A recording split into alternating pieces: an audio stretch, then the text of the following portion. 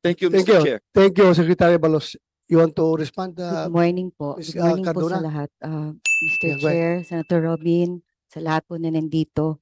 Maraming salamat sa muling pagdinig ngayon regarding po doon sa ang pinatawag itong committee na to, kung totoo bang excessive force po yung ginamit ng June 10, which even the former President PRRD said it would be recorded in history as a day of infamy because they attacked our compound unnecessarily using excessive force. Nagkataon lang, hindi nila nagawa yun kay Pastor, kaya they were not successful in doing so. Alam na natin po yung nangyari.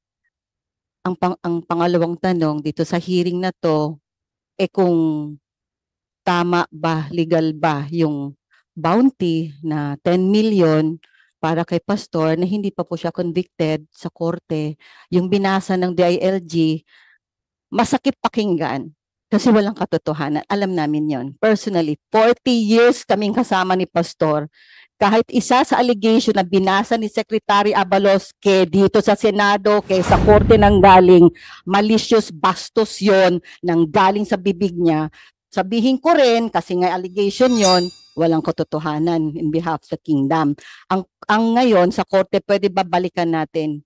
Although bastos nga si Senator Abalos sa sinabi niya, kasi kinote niya yon dito sa committee, hindi naman kasali, malicious nga, pwede po balikan natin kung excessive ba yung force na ginamit nung June 10 kasi nandito yung ground commanders at kung legal ba ang pagpatong ng 10 million pesos sa ulat. Sinabi pa ni Secretary Abalos na wala siyang nahawakang pera, meron lang daw tumulong. Di ba ang tanong namin noon, sino itong private citizen na tumulong para mahuli si Pastor? May galit ba siya kay Pastor?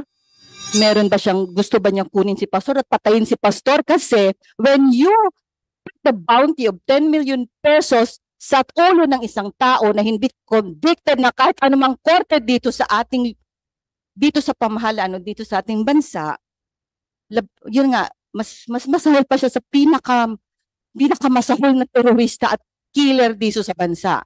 And Pastor Kibuloy, hindi pa siya convicted. Di ba sinabi na namin balik-balik kay Pastor? Meron na nakikialam na Amerika. O yan, sinabi din ni Secretary Abalos na conspiracy.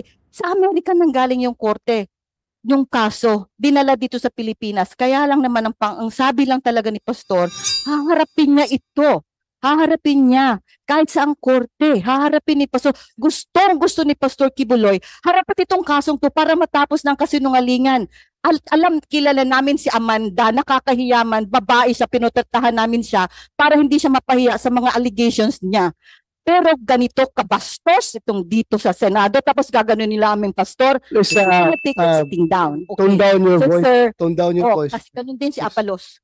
So, Mr. sir, Mr. Chair. balikan natin yung excessive ba? Nandito yung ground commanders. Gusto lang po namin matapos yun. Before I recognize Secretary Abalos,